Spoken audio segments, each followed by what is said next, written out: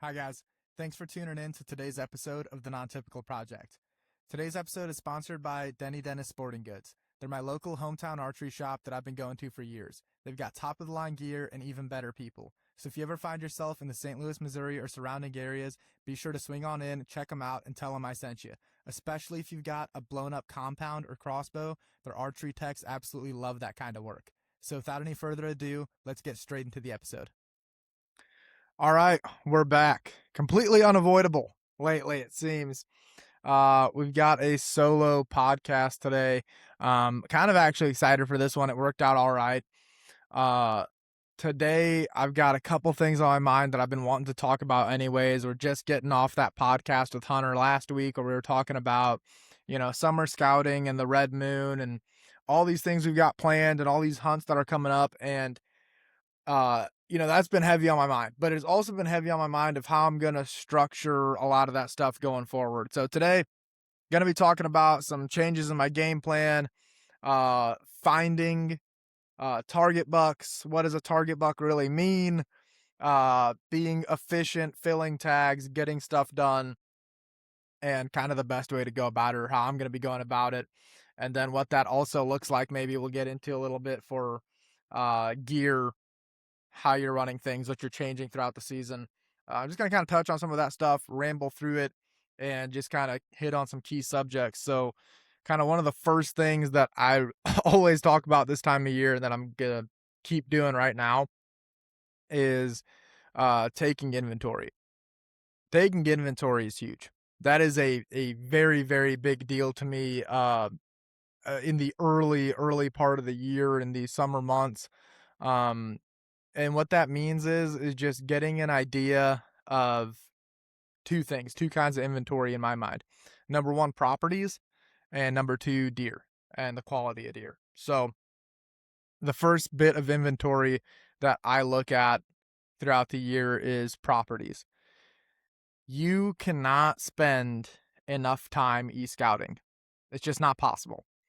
And as many people as I know, and as sure people that you guys can think of too, spend a lot of time on your phone. You know people that spend a lot of time on their phone, and y'all have like that favorite app, that favorite thing that you just kind of go to and doom scroll or whatever when you have some time to kill. Train yourself to make that app be Onyx or Spartan Forge or one of those mapping apps, because when that becomes your pastime, it is unbelievable what you can discover. So when we talk about taking inventory of properties, man, you you'd be surprised how much public land access that you can find near your neck of the woods that you've lived by for however long that you've never explored or that you didn't even really know was there. At least for, where I live in Missouri, there is like new patches of public land coming up and popping up every so often. Every few years there's a new piece that kind of pops up or shows up or gets adopted or whatever else. So that's one reason. The other reason is, man, some places just don't highlight, like unless you're really zoomed in close on the area, they just do not highlight. They're these small tracks, small pieces, we're talking less than 500-acre patches of public land that you can find that are right by your doorstep. I mean, I had a friend of mine this year that I sent him out to a piece of public land that he'd hunted around that area his whole life, and he had no idea that it was right there. That there was a, couple 100-acre patch of public land just right there, and he ended up having a really, really good encounter with a really big buck his first time out there. So it's just, there is something to be said for e-scouting and how much time you spend doing it. And I really do recommend even taking hiding your pins or whatever else, just to take a fresh look at the map and say, I'm going to start at this point and I'm going to scan north, then I'm going to scan back south, and I'm going to set up a radius. So setting up a radius or setting up a circle or whatever you want to call it. I have like my boundaries, right? So my boundaries will change depending on the time of year and what I'm doing. So key to this when you're trying to take inventory of public land you want to hunt, places you want to scout, to be effective. My goal is to fill my Missouri tag to get a buck on the ground before September's over, because I know that I have really good odds before September's over. I know that if I can take advantage of less pressured deer that are not getting hunted as hard yet and just coming off of summer patterns and, they're a little bit more predictable, I want to be able to take advantage of that. So when we're scanning for these new properties, or I'm scanning for take inventory of properties that I can go hunt or scout, or even places that I already know really well, I'm looking for, what I'm starting off with is about an hour, give or take a few minutes, of home. So drop a pin on home, and then drop a pin on, a boundary line of what all is within an hour of you. Okay. And the reason that that matters is during the early season, at least in Missouri here, it doesn't get dark until, whatever it is, 7, 7:30, 8 o'clock. It's daylight for a while still. You have time in the day. So anywhere that's within an hour, I can make it there after work. If I have my bow in my truck, if I have a change of clothes ready for me, I can jump in the truck and head straight to the woods after work and make it there with daylight left. And where it becomes that much more important is, if I know where a buck is at and how I can access and what kind of wind that I need, I can maybe have my sticks and a platform with me, but maybe I can go pre-hang some sets in different trees that are going to give me a good opportunity on a bachelor group of bucks I've been watching, or bucks that are in a relatively good pattern. And I can go have pre-hung sets already set up. And if my wind is right, I go to a pre-hung set. If my wind isn't right, I've got my sticks and a platform with me. I can be mobile and I can go make a move, and I can position differently in the area to keep my wind clean. But the point is that I can get in there after work. I don't have to just write off my work week. Oh, well, I work Monday to Friday, so I can't hunt. Now, granted, if your work schedule just doesn't flow with that, to where, you get off too late in the day, or, you know, you're working 12-hour shifts or what have you, which a lot of guys are in that position, maybe you really can't swing it Monday through Friday. I can. I'm getting out of work early enough in the day to where I can make it to the woods in the early season and still have a really good shot at making something happen in the afternoon. So that's my first boundary, is 1 hour. After that, I have a 2 hour boundary. My 2 hour boundary is, um, maybe I have something to do Sunday, so I'm like committed. My Sunday's booked up. Unfortunately, plans or something came up, but I can leave Friday, or I can get up really, really early Saturday morning, like 2 or 3 a.m., and I can drive 2 hours and I can go out to this property and I can hunt it all day long and hunt it in the afternoon. And then I get out in the afternoon and I can get home at a reasonable, respectable time to be up Sunday and go do my thing, whatever my obligations are. Another important boundary for me is 2 hours, because 2 hours is an easy enough drive. I can do 2 hours for a 1 day hunt and be there morning and afternoon and go back home. So that's like a 1 day trip.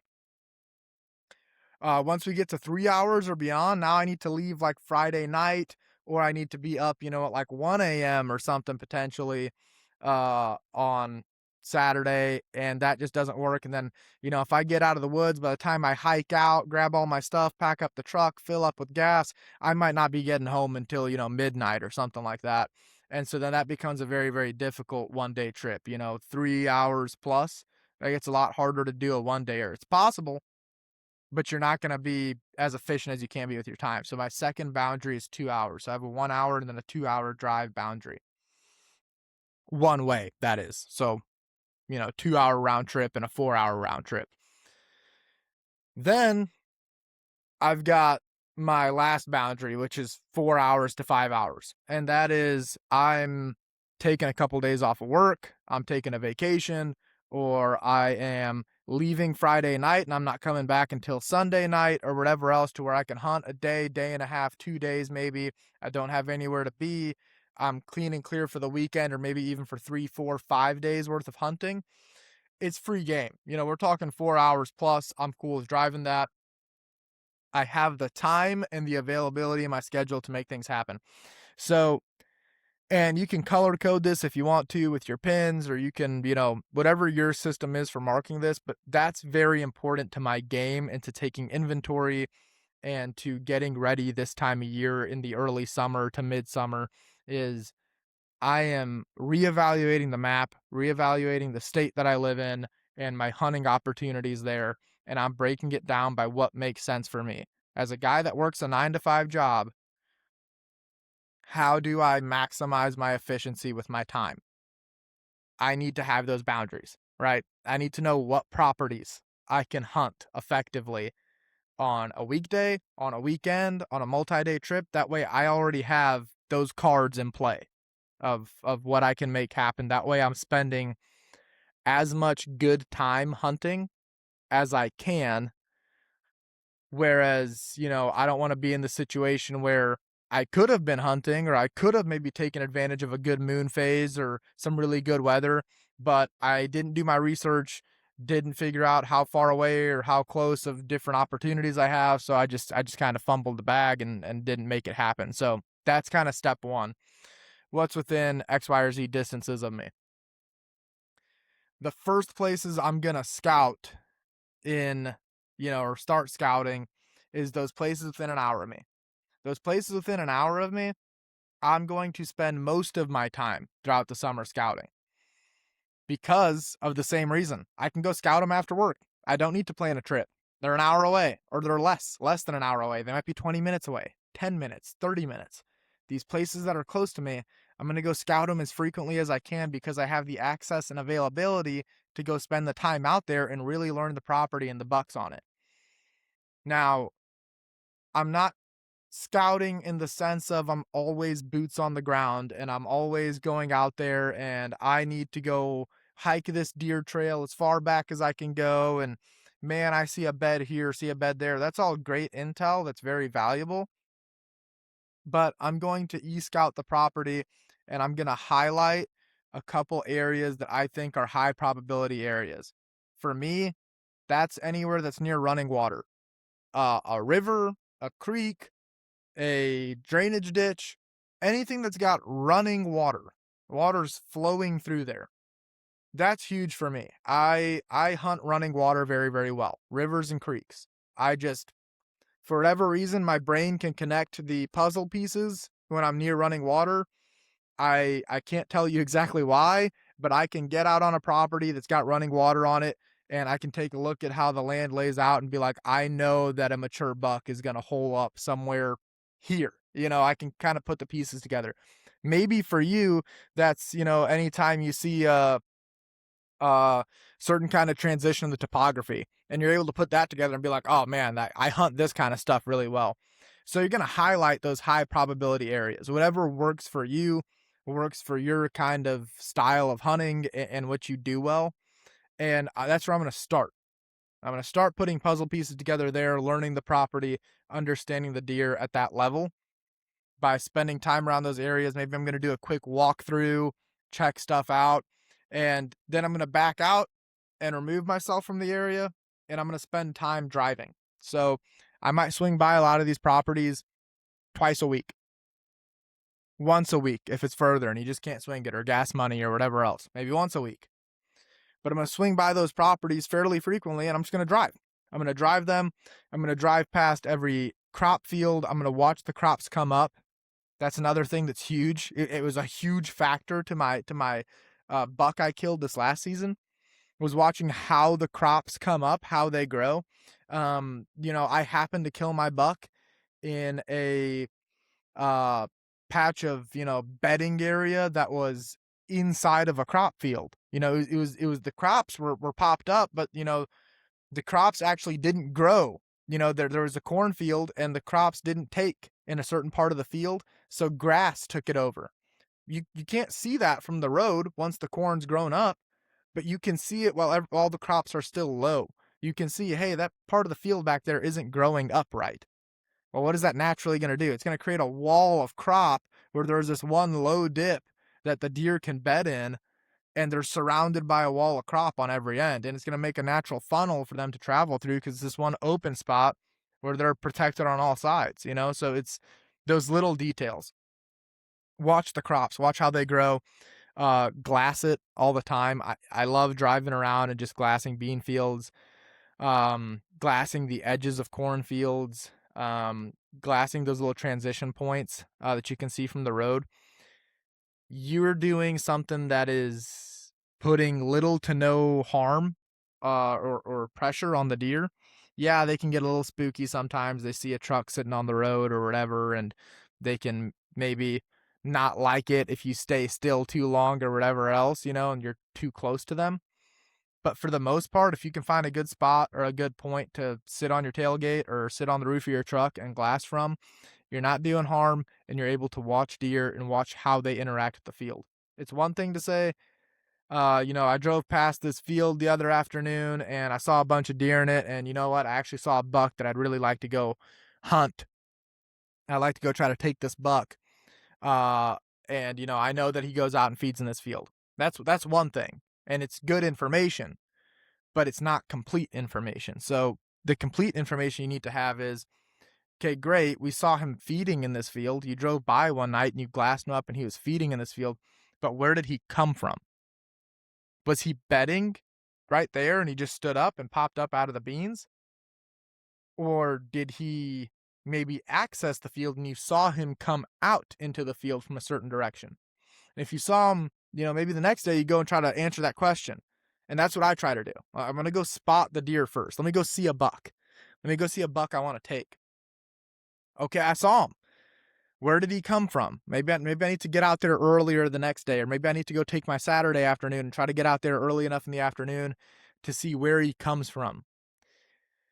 And once I've seen a buck in the same field or do the same thing 2 or 3 times over the summer, I'm pretty much done.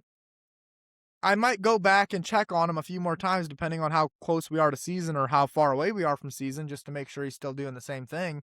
But if I see him do the same thing 2 or 3 times and we're at the end of July, maybe we're at the middle of August even, and I'm catching him doing the same thing, I'm pretty confident that he's still going to be there, come our bow opener here in Missouri in mid-September. Pretty confident. And if that's the case, I know where he's at. I know what he looks like. I know where he's coming from. Based on where I see him accessing the field, I can tell that's when I'm pulling Onyx back out. I'm dropping pins. Where did he feed at? Where did he access the field from? What direction was he kind of generally facing when he accessed the field? Okay, so if I look beyond that on my map, okay, there is a CRP field here. There is a drainage ditch here. There is some kind of dip in the topography. Oh, there's running water backing it. He's probably bedding alongside the creek or in the creek. If it's like more of a dried out or washed out bed. And I've seen bucks bed in creeks with running water where there's just a shelf or a bench kind of knocked out of the creek bed. And they'll bed right there in the creek bed and just stay cool all day. So, maybe you're able to put pieces together there and narrow down their bedding options. And that's exactly what I did with my buck. I was able to see where he accessed the field from, where he came from, and confirmed it multiple times. And then I was able to sit back and say, all right, I've got him beat down to 2 bedding areas. It's going to be one of these 2 options. And now I can confidently go in there and say, all right, if I don't see him in this bedding area, then odds are it's the other one. And that's what I did. And that's how I got him. That's how I got a beat on him during season and got to take my buck. So taking that minute to break down a property by your high likelihood areas and then taking the time to drive around and scout and taking the time to glass and then break down how bucks are, which fields are they using, but also where are they coming from? Does it align with those high opportunity areas or those high likelihood areas that you picked out? And how can you access it? How can you hunt them? For me, it worked out really, really well. In that case, I had a drainage ditch I could use to access, and it was a slam dunk, really, to get on top of that buck. But mind you, that buck was not the only buck I scouted. So when I say taking inventory and we're going through how do we scout deer, how do we find properties, how are we going about trying to scout these bucks, and what kind of information are we trying to get? Like I said, if I see that buck do something 2 or 3 times in a row, I am going to check on him again throughout the summer, make sure he's still doing that. But when I mentioned earlier and I said I'm pretty much done with him, I'm done trying to study him too deep at that point. I got his number. I know what he's doing. I'll come back and check on him if I need to. But now I'm going and finding another buck on the same property if at all possible. It depends on how big the property is. If you're hunting a 300-acre patch, he might be the only real shooter in there that you're interested in. But if you're hunting a piece of public land that's thousands of acres, there's other shooter bucks there. You just have to find them. So once I see that buck 2 or 3 times, he doesn't have my attention anymore. I'm trying really hard for him not to. It's one thing if you see 170, 180 inch velvet deer, you want to go watch him every day just because he's awesome to look at. But at the same time, when we're talking about efficiency and, I'm going into this next season with multiple out of state tags, which is something that I've never had before. So it's just that much more important to me that I do my due diligence at home and I do my scouting very effectively at home and try to uh, get things done and be successful at home, because I got the home court advantage, right? I live here. I have all summer long being in Missouri. I've got all deer season long to be in Missouri. So I know these properties well enough and I know how to hunt here well enough that I'd really love to just clinch the opportunity and get it done early season. That way I can pivot and spend my October and my November going to these other states, going to these other places that I haven't been to before and kind of experiencing that with the confidence of I already got it done at home, I'll touch on this real quick before I get back into the scouting and inventory side of things, but confidence going into a hunt, the idea of like manifesting stuff sounds, oh God, it sounds so crazy, right? But like genuinely, like the confidence of going into a hunt has a major impact on how you do everything. And this goes for sports, it goes for hunting, it goes for business and life, it goes for everything. If you are dragging your boots going into the woods, about to go climb into a tree, odds are it's not going to go your way. Sometimes it does, and it was just the pick me up you needed, right? There is that too. There's that part of the universe that can just tell you really needed it, and every now and then you get a bone thrown at you. But I've had all of my best successes in the whitetail woods when I was like, I've gotta be in this tree. I've got it. And I'm like, I'm grinning ear to ear. I can't stand it. I know I've gotta be here right now. And it happens and it comes together. And so when you have that home court advantage of hunting your home state, of doing your research over this and genuinely doing your research over the summer, not like, I went and hung some cameras on some permission properties. I kind of, when you half butted it, right? That's a different thing. It's not really doing the work, because really doing the work is I put out cameras on all my permission pieces on all the, because I have some urban permission pieces or suburban permission pieces, whatever you want to call it. And I did my best this year. Like there are certain places where I always hang a camera, right? Like, okay, we have a little food plot on this permission piece. I'm always going to have a camera there, right? Okay. But I usually run 2 or 3 cameras on this property. It's big enough, I sit there and I like try to step back and put a camera somewhere new on the property that like I usually wouldn't put a camera there. And so like for me, there's this portion of the property where I just took the time to just walk the entire property. I've been hunting there for over 10 years. Like I know this permission piece, like the back of my hand, I've been there since I was, longer. Oh my gosh, it's gonna make me feel old. I think I've been hunting there since I was like 13 or 14. I'm 26, no, 25 now. So I've been hunting there for a long time. I know this property. I know how the deer use it. I know how they interact with it. But I still took the moment to walk it. Just walk the whole darn thing up and down. And I hung a camera in a new spot, somewhere I've never had a camera before. Because I remembered like 8 years ago, one time I saw a buck poke his head out through here and he was a big mature buck. And so I went and walked that edge and I found a pretty good little trail going through there. And I'm like, you know what? I'm going to stick a camera here and I'm going to leave it there for 2 weeks. Cameras for me on permission pieces on private land, you can't run them on public in Missouri. So it's a private land thing, or, I believe there are some other properties you can run cameras on that are not like conservation properties, whatever. Do your research, do your homework on that stuff if you're going to hunt Missouri. But when you look at private land permission pieces or these little like Rolodex properties, I like to call them, right? Like I've got all my public land I like to hunt and I'm all boots on the ground and scouting them and I'm glassing them and I'm driving around them. But then I've got all my private permission properties that I've gathered throughout the years.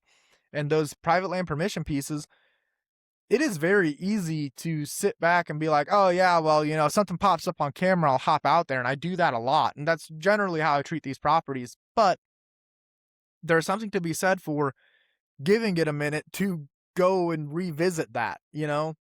So that's exactly what I did. I just revisited it and I walked it like it was new. I walked it like I didn't know. And I'm only giving the camera 2 weeks in that new spot. There's nothing wrong with that. There's these small, people will hang a camera up and leave it. If I'm not seeing what I want to see on that camera in 2 weeks, I'm not going to give it 2 more weeks. I'm going to go out there and I'm going to move the camera. I'm going to put it somewhere else, put it somewhere new. Maybe I don't see anything again there. That's fine. I'm going to move it again. There's a there's something to be said about efficiency with trail cameras. Like if I hunted a tree stand every day for 2 weeks and I never saw a deer, I'm not going to keep sitting there. If you've got 3, 4, 5, 10, 30 trail cameras out, you've got one that like you're not seeing a deer on it for 2 weeks straight, move it. You are paying money for the camera subscription for it to sit there and take pictures of nothing. Move the camera. It doesn't hurt. It doesn't take long. Dude, take it and move it 50 yards. Who cares? But move the camera. Just give yourself something. Give yourself a new spot to look at. Give yourself some new grass blowing in the wind to take a look at, but don't leave it there. You've got a really powerful tool for finding deer that you're just whittling away. And I would say it's even that much more important for guys that are like, maybe you only got one camera that you really run or two, you don't have a Rolodex of cameras because you don't want to spend $180 a month of camera subscriptions. I don't blame you. But if you only got 1 or 2 cameras, it's even more important that you're moving those cameras around. If you're not getting a shooter on camera, but you think that there might be a shooter using the property, move the camera. Stop wasting the opportunity or the usefulness of the camera on trying to will the deer to be in that spot. You can manifest a lot of things. You can't manifest a deer to pop up somewhere they don't want to be. You know what I mean? You have to put the work in to find them and to make something happen. So that's part of it. But moving on from that, going back to the confidence thing, you got to have the confidence in the spot. You got to have the confidence going into the woods. And that comes from doing the homework, doing the work to scout and really put all the pieces together. And that way, when you get beat down throughout season, you can say, I have a plan. I have intel. I have the wherewithal to know what I'm going to do next. And that's what it took for me this season. I got my buck down before the end of September, and it took every bit of before the end of September. I think it was like right at the end, September 28th or something like that, 27th, somewhere in that neighborhood. So it was a lot, and I've been hunting since the 15th, but I've been hunting like every single day. People would be like, oh, that's only 13. I wish I hunted 13 days straight. Yeah, me too. I love it, but it is still difficult. It's September. It's 90 something degrees outside. I'm getting lit up by mosquitoes. I'm covered in ticks. And I'm getting my butt whooped, getting skunked, for 10 days straight. And finally the moon phase switched and I knew what I was going to do. And I had a plan and I executed the plan and I was confident going into that sit. I knew that I had to be right on top of them. So that makes a huge difference. Doing that summer homework, doing that, educating yourself on the deer movement and the properties you're on can make a huge difference in even how willing you are to make the changes or make the moves that you need to make throughout season. So going back to what I was saying with the scouting deer, inventory, finding things, it all works together. I promise. We're about to put a bow on it here. Okay. The buck that I took was a buck that was on another boundary, right? Because like I said, I had the, within an hour of home, places to hunt, stuff like that, that I can make it to after work. I'd been hunting an after work property for that part up into the season. And I found 2 or 3 shooters on that property that I was really, really excited about. And I was really getting after it out there. And I just had bad weather, bad moon phase. It was outside of the red moon. And it was a really hard hunt. I mean, I just wasn't able to get on top of them, even with my homework, even with my summer scouting. I just felt like I could not get on top of these deer. And so I knew that going into the following weekend, I just had it in my head. I'm like, man, I'm gonna go ahead on this, following weekend. I'm going to go to one of those other properties I scouted and found bucks on. So that's where we get into this. I personally have the number in mind that I want to find at least 5 shooters throughout the summer that I'm going to be tickled pink to go take that deer. Whatever that looks like for you. That could be a 110-inch deer for you. That could be a Spikezilla. It could be 140-inch. Maybe you're on private land and you have your eyes set higher. Maybe you're on public land and you have your eyes set higher. For me, that meant, mid 150s plus public land deer. That's what I wanted. That's what I wanted to go after. More specifically, I wanted, I was shooting for a 5-year-old deer. And that was the goal. I found 5 of them. That was the goal over the summer, and that's what I executed. The reason for that is if you set your sights on one buck, that is a very noble endeavor. I will applaud you every single time for it. I've done it before. It can be a really big learning moment if you target one specific buck and you just chase that one buck, and that's the buck you want to take.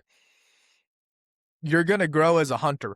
If nothing else happens, if you really commit yourself to one deer all season long, and, or maybe even for multiple years, commit yourself to one deer, and maybe you eat some tag soup or whatever else, you come out of it a better bow hunter. There's no doubt about that. And then when everything comes together and you take that one target buck, man, that you cannot beat that feeling. That is unreal. That's next level stuff. But when we're talking about efficiency and you want to take more mature bucks and you want to fill your tags and you want to go out of state and you want to just really, really just hunt to the best of your ability, as effective as you can be, and just get stuff done, like for me, that's mid 150 inch, 155 plus. 155 plus on public land, a mature buck, a truly mature buck. I say 5 years old, maybe 4.5 fits that ticket, and it's gonna make your heart skip a beat. Then by all means. So when you're able to find 5 of them, the reason that number is important is for a few things. Number one, I believe in the backup buck, right? And I don't mean that like in a bad way. It's not a backup buck as in like, oh man, it's not the buck I wanted. Don't do that. Don't do that. You're hunting, right?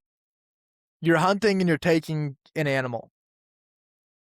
You should be very grateful for that animal. It doesn't matter which buck it is. If it was your number 1 hit list or not, I don't really care what your number 1 hit lister was. What buck did you arrow, and were you happy about it, and were you grateful for it? That's what matters. But when I say backup buck, I mean like, this is the first buck I'm going to go after because this is the one that I can chase after work. This is the one that I'd be really happy to go harvest and I can go chase him after work. But if I screw it up or I blow him out of an area real bad and I need to give it a break, do I have another buck that I can go pursue instead? That's what I mean by a backup buck. And I say to like have 5 of those. have $5 found, and that's very realistic and very doable over the summer. If you started now, by the time this comes out, we're going to be like towards the last week of June. If you spend all of July and all of August scouting as much as you can find 5 shooter bucks on public. Find those $5 for you, whatever they look like. I don't care if you find 5 raghorns that you're like, I just want to take a raghorn on public land. Dude, find 5 of them. Don't just cross your fingers and hope that, one walks by you. Go find 5. Because that gives you the abundance and the ability to be flexible. If you screw up a hunt, that's okay. I'm going to go chase another buck. You're not immediately defeated. Because when you screw up on the one buck you're after, the one buck you have found, and then you sit there and you're like, I don't know where to go from here, that can tank your confidence a lot. And you go into the next set like, I guess I'll hang up here. This trail looks okay. Looks like they maybe use, well, there's quite a few tracks here. Maybe this is something. You take that out of it and say, I'm going after him next. You have a plan. You have something actionable, something tangible to go after. And it'll help keep your morale high throughout season. It'll help you have direction to go in. That's super important for me. That's what made my season last season. And that's exactly what I'm going to do going into this season, especially knowing that I want to go out of state. I want to go chase new places and new deer and things I've never done before.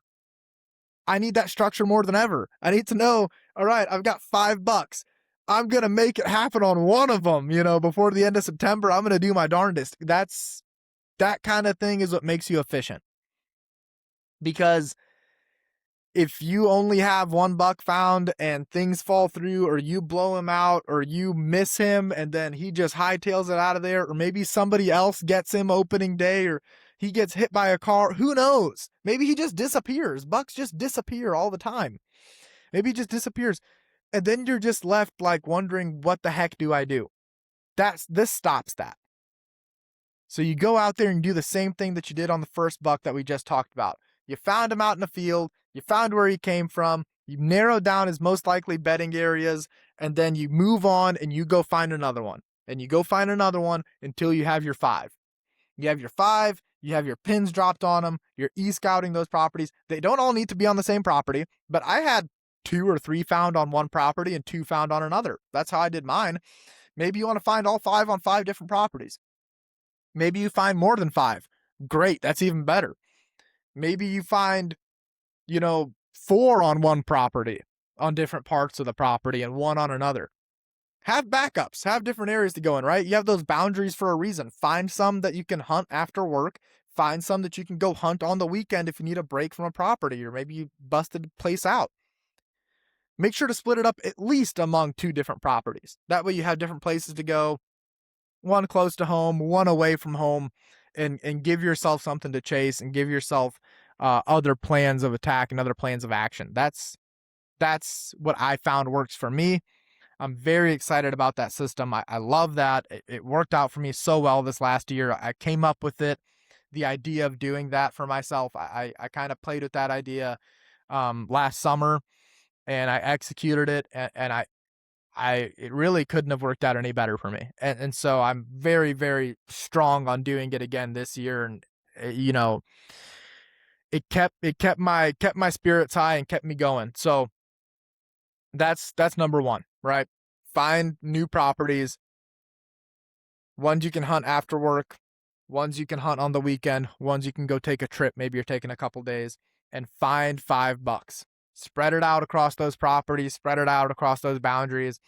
Try to find at least 2 that you can hunt after work if you're able to hunt after work. Find 3 that you can hunt on the weekends or whatever else that are, maybe a little bit more of a drive, but you can pull it off on a Saturday or Sunday and get out there. And that should keep you in good shape and keep you nice and excited and energized for the season. And it gives you, that when you're sitting there in your saddle or whatever else, and you're like picturing how it's going to go down. I do that. I don't know if you guys do, but I do that all the time. I sit there and daydream about how it's going to go down.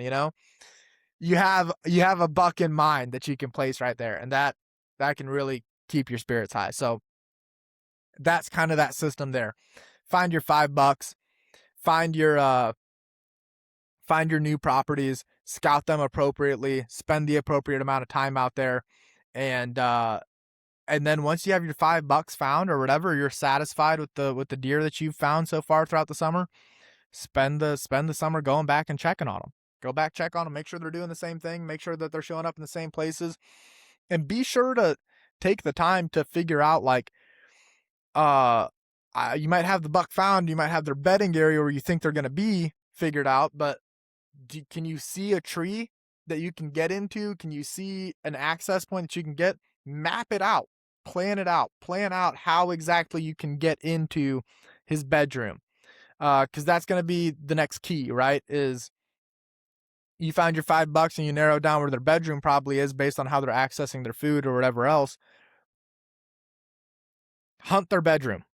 Don't try not to hunt the food source, right? Try to hunt the bedroom, and that's my belief, right? That's how I hunt them. The reason, whenever I can help it, sometimes you have to hunt the food, but whenever you can help it, try to hunt the bedroom. And the reason for that is you got to think, if a buck shows up, let's say you're consistently getting him, okay, the last 45 minutes of daylight, that's when he steps out into the food plot, or that's when he steps out into the bean field or the corn field or whatever. Last 45 minutes. Why am I hunting where he's going to be the last 45 minutes of the day? That's how I look at it. I want to hunt where he's spending 95% of his day instead of where he's spending the last maybe 5% of his day, right? So when you talk about being efficient, be efficient in everything, right? Be efficient in where you're going to go hunt the deer. It can be very, very nerve-wracking to go hunt a deer's bedroom, especially if it's a big buck and you're like, man, I hate to blow him out of his bed. I hate to do this and that. You'd be surprised what you can get away with, especially in the early season, and there's a bunch of foliage and you got the wind in your favor, and you have these factors working in your favor. You can get away with a lot more than you'd think. And taking the opportunity to go hunt their bedroom, that is a no-brainer. I mean, that's a slam dunk, because it gives you the best opportunity of seeing them, of having that interaction with them in range, because I'm hoping that nothing happens on his way to the food if I'm hunting the food. I'm hoping he doesn't get bumped on his way here. I'm hoping a coyote doesn't run through. I'm hoping that he actually comes to this food source tonight. I'm hoping he makes it before daylight's over. If I'm hunting where I think he's sleeping, like I said, he's spending 95% of his day here. He might stand up out of that bed. If I'm hunting in the mornings early season, which a lot of guys don't like to do, if I'm hunting in the morning early season, he might stand up out of his bed at 10 a.m. just to stretch his legs or reposition himself or to get into the shade or whatever else. He's spending most of his day in that bedroom. That's where you want to be. That's where I want to be. So that's going to be the next key, is figuring out how to get into the bedroom, how to access it. Maybe you work your way in slowly on the edges. Once season starts, you're like, okay, I have this tree here. I think this is on the edge of his bedroom. I'm going to get there, play it safe. Did I see him or not see him? If I saw him, where was he? How can I get a little closer and work my way in? And so just making sure that you have that. Or the next option that I actually will admit that I don't like doing, but it is a very effective tactic, and Hunter is actually the one that put me on to exercising this more. Go hang an observation set in the summer, end of July or whatever. Go into whatever bedroom you think they're in, or maybe you go up, just maybe not even a bedroom. You don't have to go to the bedroom, but on the edge of it. You know what I mean? Like what I was just saying, how you work on from the edge. Maybe you get to a tall tree that's a couple 100 yards away from where you think he's bedding, and you have the right wind. Climb the tree, get in your saddle, bring your binoculars, and sit there in glass and see if you can see him step up out of that bedroom. Did you just confirm it right there in July? I just watched him get out of his bed right there from however many hundreds of yards away. Maybe you set up 300 yards away from his bedroom, or what you think is his bedroom, and what you think his access path is to the food, and you got up in that tree and you just watched him get out of that area and hit that access path and go into the food. Now you've really got a button on him. Now he's really in trouble, because you're not assuming that one or the other is his bedroom. You know where he's sleeping now. That puts all the odds in your favor going into the early season. So stuff like that. There's those movements you can make, those decisions you can make, those places you can put yourself in to where you have a really solid structure, a really solid outline going into the early season at home, whether you live in Missouri or you live in Indiana or you live in wherever and whenever your season starts. I know for some of you guys that have an October start, it's a little bit harder to do that. The deer are generally fanning out from their summer patterns at that point, and it can be a little bit tougher to have those things established. But the same principles apply. Go hang some observation sits in September. Just go see where they're transitioning to and how they're behaving. Go sit in a tree with your binoculars and an energy drink and your camera and take some pictures or take some video of deer and watch how they're acting and watch how they're behaving and where they're going and try to anticipate those next movements. Same idea. It's just spending the time out there watching the deer. That is incredibly valuable. So, we go past that and we're, talking about going to other states. Other states have different regulations on cameras or whatever else. I'd say for, out of state, any camera or any state where I can hang a camera in, I'm going to go hang a camera in, right? Because I'm not there. I'm not able to just travel all the time out of state to go scout it as thoroughly as I'd like to. And any states where I'm not allowed to set cameras out, I'm going to be positioning that differently in my year. And, I don't want to harp on it too much because me and Hunter covered it last week, but like, if I've got a state where I'm really happy about the tag and I'm really excited about the tag and I think it's a good state and I can't hang cameras anyways or whatever the deal may be, I'm going to go hunt it during the rut. I'm going to go give myself the best odds of being around action. I'm not going to go try to hunt that state in September when I cannot go do my due diligence and scout it as heavily as I'd like to, like I would here at home, and do all that. I'm going to spend the early season time at home, or if you're hunting a border state, if you got a state that borders you that is a close drive that you can hunt and scout frequently, do that. But if I've got a state that's quite a bit of a haul, I'm going to try to structure that for my rut hunt or whatever else where I have good opportunity, even if I don't have months worth of scouting put into it, right? And then once I get there, I might spend the first day, 2 days, 3 days just scouting, looking for deer activity, looking for bucks chasing does, glassing, driving around, doing the same things that I would be doing over the summer here. I'm going to do that during the first couple days of my hunt out of state there. Spend that time just scout. Because again, you start flinging yourself into trees and you start trying to hunt without any information behind it, you're going to get burnt out really fast. You're going to start making worse decisions and you're going to be wasting time, right? Time spent scouting is never wasted. It's never a waste. If I go with completely blind and go sit in a tree and I don't see a deer on a hunt, yes, I hunted. Yes, I enjoyed my time. I enjoyed my time in the woods. That's all good and well. But it wasn't a good use of my time, right? If I want to be effective, my objective is to be successful on the hunt. Maybe there would have been deer there, but I didn't know how they interacted with this place, and I tried to slip in the wrong way, and I cut off their access point, or I did something that screwed up the movement in that area, or maybe the deer just don't use that area very much. And now I don't know because I just went and threw myself into a tree instead of taking the time to just scout and get the information that I need first. Just get the information that you need first and then go in there and try to get it done. So, that's kind of my rant there. That's my plan on that end of things. On the back end of things, this being my first year going out of state. And I hope that information, by the way, guys, I hope that's something you guys can apply this summer is go find your $5, go set your boundary points of, things you can hunt after work, things you can hunt on the weekends, things you can hunt on trip, and have those different properties planned out, scouted, bucks found, multiple bucks found that you can transition to. I hope that helps you out this summer on just finding your target bucks, finding, the deer that you can chase now to be prepared for when your season opens. Um, but moving on from there, this is going to be, like I said, my first year going out of state. And I've got a few states already planned out. I think I'm going to be going to 2, if not 3 states, other than my home state this year. So I'm super excited for that, but I'm also excited for what that looks like. You know, it's going to be a really cool experience. I plan on doing some truck camping. I know this is again something we touched on a little bit last week, and there's going to be videos coming out and all that stuff whenever it all gets settled and it all gets in here. And there's going to be plenty of, you're going to hear about it plenty from me, but just kind of a quick thing. I'm going to be setting my truck up to basically truck camp, right? I'm going to be camping out of my truck.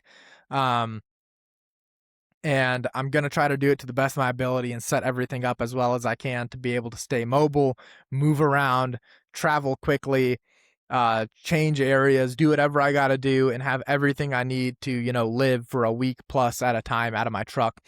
So I'm super excited for that. There is a lot of things to consider when you're going out of state, especially for me. I tend to overthink stuff really bad. So like I'm overthinking, you know, well, where am I going to stay? What am I going to do? Am I going to sleep in a tent? I don't know what area I'm going to be in.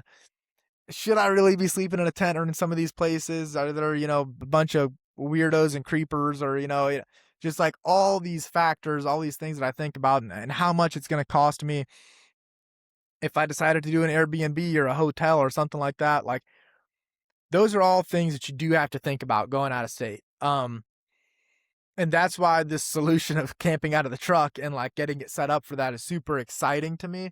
And being able to have it be livable for a week plus at a time. Super looking forward to that. It's going to be a really cool build. I'm trying not to give too much away.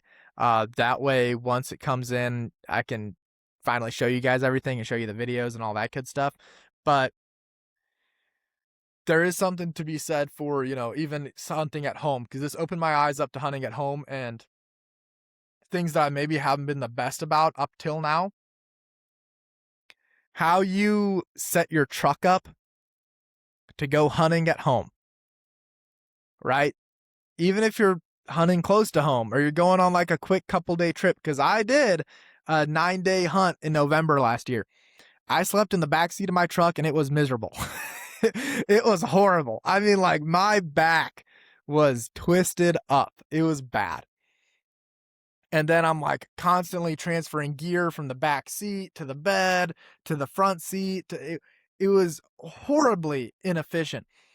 So that's kind of my last note for today's podcast is like, you have efficiency in finding properties and finding deer and how you're hunting and where you're hunting and all these things, but also efficiency of your gear and your truck and your, you know, camp or however you do it. Man, those little things that can screw up your hunt really fast, that aren't even related to the deer that you're hunting, you know, like stupid stuff.